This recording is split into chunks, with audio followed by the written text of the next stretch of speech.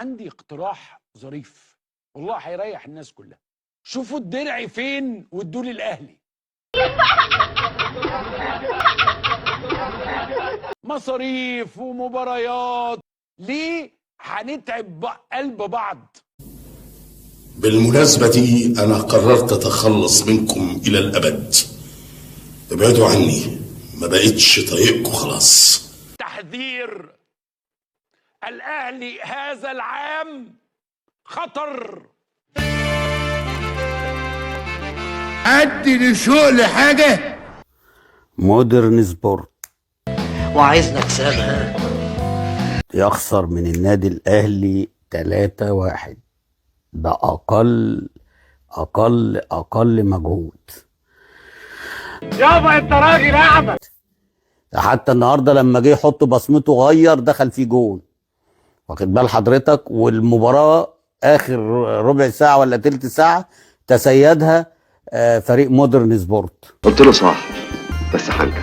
الاهلي لو حابب انه يحط عنوان للماتش ده فهيقوم مشاور على جراديشار ويقول لك المال الحلال اهو، المال الحلال اهو. كبير قوي المال الحلال، المال الحلال اهو، المال الحلال اهو، المال الحلال. جاب لعيب فرده بالصلاه على النبي ما كملتش 90 دقيقه لعب، شاكب راكب، ماتش اولاني ماتش تاني 4 مساهمات تهديفيه. كل سنه وانتم طيبين. جماهير الاهلي بتزغرط في عبها دلوقتي.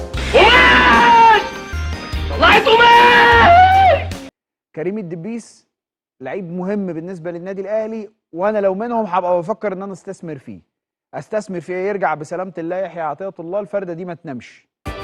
بضاعه اتلافها الهوا. ده انا السنه دي قلت ايه؟ انا جبت واحده بتاعت كوتشينا واحنا متقدمين 10 نقط، قالت لي الزمالك هيخسر الدوري.